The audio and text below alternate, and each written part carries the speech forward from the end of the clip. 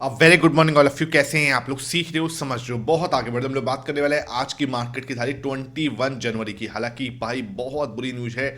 Dow Jones बिल्कुल crash आपको देखने को मिल रहा है। डाउ जोन्स के अंदर एक अच्छी गिरावट देखने को मिल रही है। नेस्डेक भी, यूएस मार्केट बहुत ज़्यादा अच्छी तरीके से गिरते हुए नजर आ रहे हैं। भाई क्या हुआ वहाँ पर? 19 जनवरी की वहाँ पर छुट्टी थी, ठीक है। अब क्या हुआ इतने दिनों बाद? सैटरडे को क्या हुआ था? वहाँ पर टैरिफ लगा देता। 19 जनवरी को आपको मंडे था, तो मार्केट बंद थे। तो पिछले 3 दिन से मार्केट उनके बंद थे। और यहाँ पे इन्होंने सैटरडे को ट्रंप ने टैरिफ लगाया था किन पे? 8 देशों पे। किसके 8 देशों पे? यूरोपियन देशों पे। भैया यूरोपियन देशों से उनकी सीधी सीधी मांग है कि आप मुझे क्या दे दो? ग्रीनलैंड दे दो। अदरवाइज क्या है, ये जो टैरिफ अभी जो लगाया है, वो सैटरडे को जो लगाया है वो 10% लगाया है, जो 1 फरवरी से लागू हो जाएगा। अदरवाइज वो कह रहे हैं आपने अगर ग्रीनलैंड नहीं दिया मुझे, तो मैं ये टैरिफ को क्या कर सकता हूँ, 25% तक बढ़ा दूंगा जून तक, ठीक है। जून 2026 तक इसको 25% तक बढ़ा दूंगा।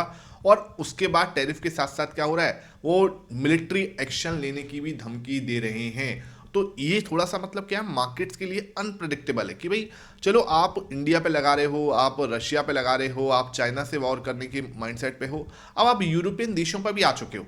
तो ये बहुत ज़्यादा खतरनाक जो है सिचुएशन बनी पड़ी है। दूसरी तरफ भाई जो यूएस सुप्रीम कोर्ट का जो फैसला आना था कि भाई ट्रम्प टैरिफ के ऊपर, वो सुप्रीम कोर्ट जो है टालता जा रहा है अब डे, मतलब अब दूसरी तारीख दे रही है। नेक्स्ट क्वेश्चनल जो है अब होता है फरवरी 20, मतलब 1 महीने के लिए सीधे सीधे टाल दिया। तो ये कहीं ना मतलब वो है कि तानाशाही सी शुरू हो गई है, ठीक है। तो ये तानाशाही जो है देखते हैं कितने टाइम तक चलती है। लेकिन ट्रंप सरकार जो है वो बिल्कुल ही अलग ही लेवल पे बौखला गई है। मतलब कहीं ना कहीं इनको बहुत सारे लोग हैं जो उछाल रहे हैं जबरदस्ती, ठीक है। अगर कोई सही तरीके से उन्हें एडवाइस दे कि भाई ये सिचुएशन जो है वो अब आउट ऑफ कंट्रोल होती हुई नजर आ रही है। अब यूएस मार्केट जो है ऑलरेडी बहुत ज़्यादा ऊपर है, और आप इस तरीके के बयान दोगे, जैसे डाउ जोन्स को आप देखोगे इस समय पे, तो लगभग 1.76% के आसपास की, लगभग 800 पॉइंट, 870 पॉइंट जो है डाउ जोन्स के अंदर क्रैश आपको होता हुआ नजर आया। यार एकदम 1.5-2% जो है। आप सोच रहे हो कि सिर्फ हमारा मार्केट टूटा है? हमारा मार्केट तब भी आपका 1.38% टूटा है। यहाँ पे देखो डाउ जोन्स सीधा 1.76% क्रैश हो गया। हालांकि मार्केट हमारा खुल रहा है डेली, तो भाई डेली थोड़ा थोड़ा टूटता जा रहा है, तो एक ही बात हो गई।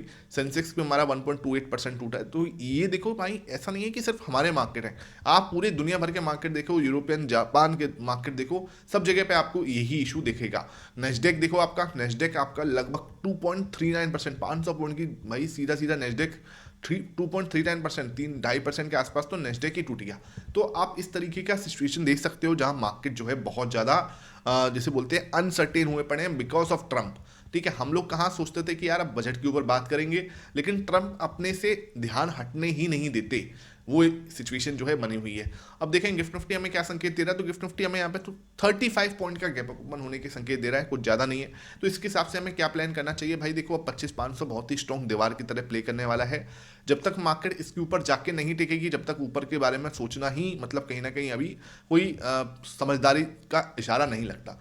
प्रो के डेटा से भी कोई बहुत ज़्यादा बड़ी अच्छी न्यूज़ आई नहीं है, उन्होंने भी कुछ खरीदा नहीं है। तो इसका मतलब यही है कि मार्केट अभी थोड़ा सा आपको परेशान करने के मूड में है। अब बस आज की अगर मैं देखूं, सॉरी, अगर मैं आज का देखूं तो भाई मुझे यहां से एक बाउंस देखने को मिल सकता है।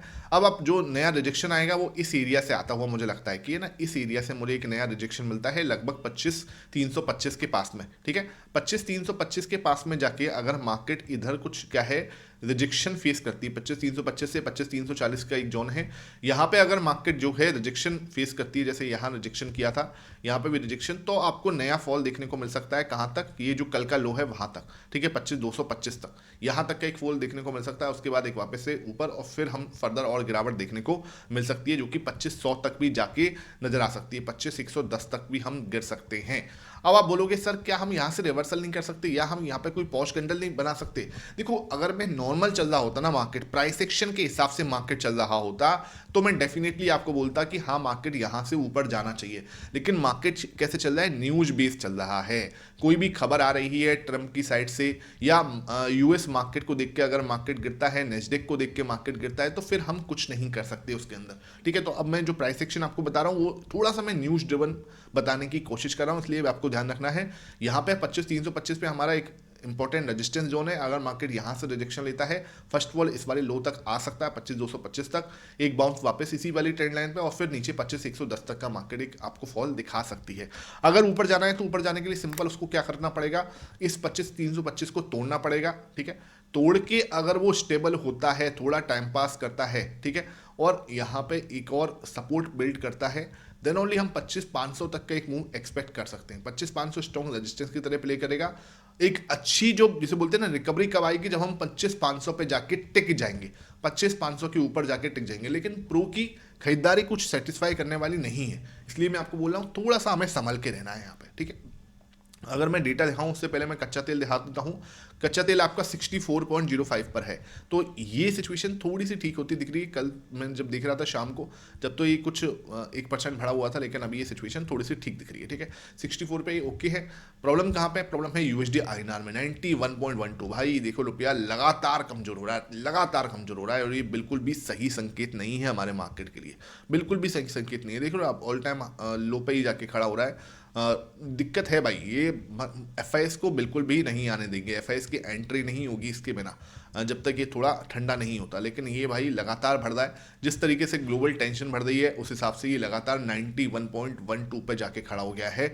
और इसी रीजन से गोल्ड एंड सिल्वर, क्योंकि क्या हो रहा है, जैसे जैसे ग्लोबल अनसर्टेनिटी बढ़ रही है, जो पैसा है वो जो सेफ एसेट क्लास है, जैसे आप बोल रहे हो गोल्ड एंड सिल्वर क्यों बढ़ रहे हैं अचानक से, ये इंश्योरेंस की तरह प्ले होते हैं, तो भाई इनमें लगातार पैसा जा रहा है। गोल्ड एंड सिल्वर भी हम देख लेते हैं कहाँ पे है। गोल्ड आपका 0.80% आज भी मजबूत है, 4800 के आसपास आ चुका है। भाई गोल्ड बल्ले बल्ले करा रहा है, जिसके पास भी है गोल्ड। अब गोल्ड की बारी दिख रही है, सिल्वर भी आपको अच्छा दिख रहा है। सिल्वर में आप थोड़ी सी जिसे बोलते हैं मतलब ऐसा नहीं है कि हाँ आपको नेगेटिव है, 95 पे आप पहुंच गया भाई, तो कभी 100 भी टच कर जाएगा कोई पता नहीं चलेगा। तो ये भी बहुत अच्छा यहाँ पे दिखा रहा है। तो गोल्ड एंड सिल्वर बल्ले बल्ले करा रहे हैं, पैसा जो है वो गोल्ड एंड सिल्वर की वो मूव होता हुआ नजर आ रहा है, बिकॉज यही अब सेफ एसेट नजर आ रहे हैं। यूएसडी भी इतना नहीं है अब सेफ, ठीक है, ये चीज़ समझ में आ रही है लोगों को।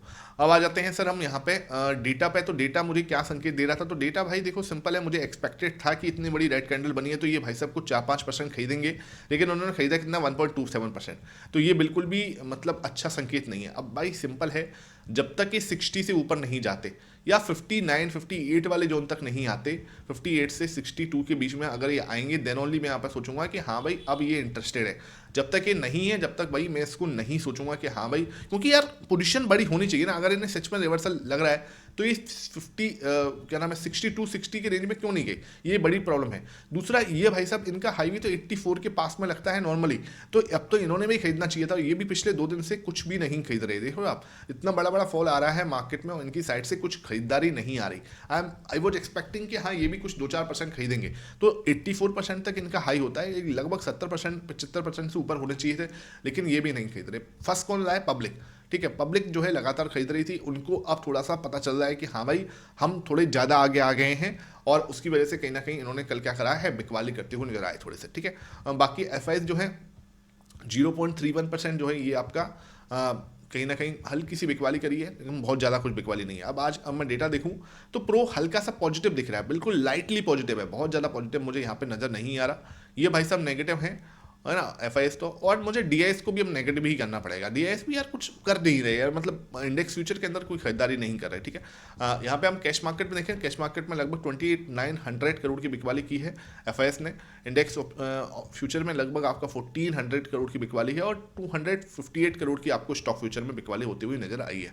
टोटल आप देखोगे तो लगभग आप मान के चलो यहाँ पर ये हो गया 4.5 4700 करोड़ के आसपास की बिकवाली इन्होंने की है, ठीक है। तो 4700 करोड़ ठीक ठाक नंबर है, बड़ा नंबर आता है। 47-4800 करोड़ के आसपास की बिकवाली की है, जिसके सामने लगभग 3600 करोड़ जो है आपको डीएस खरीदते हुए नजर आए। ये इनका 100वां दिन है जब इन्होंने खरीदारी की है मार्केट में, 100वां दिन भाई इन्होंने अपनी सेंचुरी लगा दी है कैश मार्केट में, लगातार खरीदने की सेंचुरी इन्होंने जड़ी है भाई, ठीक है। इंडिया विक्स आपका 7.6% बढ़ के आया भाई, अब वॉलिटिलिटी इनसेन होती हुई नजर आ रही है, मतलब खतरनाक बढ़ रहा है ये, ठीक है। और उसकी वजह से आपको प्रीमियम्स के अंदर एकदम से जंप होता हुआ नजर आएगा। तो भाई ये जो जनवरी का महीना है ना, हर बार ऐसा ही होता है, जनवरी का महीने में हर बार विक्स आपको राइज होता हुआ नजर आता है, बिकॉज ऑफ द फरवरी के अंदर 1 फरवरी को ही आपको बजट की घोषणा होती है। दूसरा क्या है, अब तो भाई ट्रंप अपने हिसाब से चला रहे हैं मार्केट को, तो उसकी वजह से भी एकदम से वॉलिटिलिटी बढ़ रही है। सेंसेक्स का आपका 1.3% घट के आया है, और निफ्टी के अंदर भी एक अच्छा क्रैक हमें 1.4% का लगभग 350 पॉइंट का ब्रेकडाउन यहाँ पे हमें देखने को मिला। अब हम क्या करते हैं, अपनी थाली को सजाने की कोशिश करते हैं। अगर मैं थाली को सजाने आया हूँ तो प्राइस एक्शन कैसा दिख रहा है? प्राइस एक्शन यार भाई देखो बिल्कुल क्लियरली यहाँ पे नेगेटिव है, ठीक है। आज हमें थोड़ा सा एक बाउंस देखने को मिल सकता है, लेकिन अभी जब तक ट्रेंड लाइन के ऊपर जाके नहीं टिकेंगे ये नेगेटिव ही रहेगा। विक्स भी आपका भाई देखो अब 12 के ऊपर जा चुका है, लेकिन भाई बहुत ज़्यादा इनसेन वॉलेटिलिटी है, तो इसको भी नेगेटिव ही रखेंगे। गोल्ड एंड सिल्वर थोड़े पॉजिटिव दिख रहे हैं भाई, नो डाउट, ठीक है। एफआईएस जो है आपके वो नेगेटिव हैं, डीआईएस भी मुझे नेगेटिव ही रखने पड़ रहे हैं, प्रो हल्का सा पॉजिटिव है, ठीक है। उसके बाद क्रूड ऑयल हमारा, क्रूड ऑयल ओके है, वेट एंड वॉच में रखते हैं। पुटको रेशियो आपका, पुटको रेशियो पॉजिटिव है, पुटको रेशियो भाई 0.52 है, ये डेफिनेटली एक अच्छा टिगर है, जहां से मैं आपको बोल रहा हूँ ना एक छोटा सा बाउंस आ सकता है, वो इसकी वजह से ही आपको मिल सकता है, ठीक है। पी रेशियो भी पॉजिटिव दिख रहा है। यूएस मार्केट आपका तगड़ा नेगेटिव है, एशियन मार्केट तगड़ा नेगेटिव है, यूएसडी आईएनआर तगड़ा नेगेटिव है, तो आप देख रहे हो आज नेगेटिव टिगर का भरमार हुआ पड़ा है, ठीक है। तो हमें यहाँ पे क्या मिलेंगे, 4, 5, 6 नेगेटिव टिगर मिलेंगे, और उसके बाद 5 छोटे छोटे से पॉजिटिव टिकर मिलेंगे, एक वेट एंड वॉच वाला टिकर मिलेगा। तो अब मार्केट का एक अच्छा नेगेटिव सेंटीमेंट क्रिएट हो चुका है। लेट्स सी मार्केट इसको कब तक इसी तरीके से रखेगा। आई होप ये सेशन समझ में आया हो। आपने अभी तक टेलीग्राम नहीं ज्वाइन किया हुआ, टेलीग्राम जरूर ज्वाइन करो भाई, आपको बहुत अच्छी लर्निंग मिलेगी। Thank you for watching this session.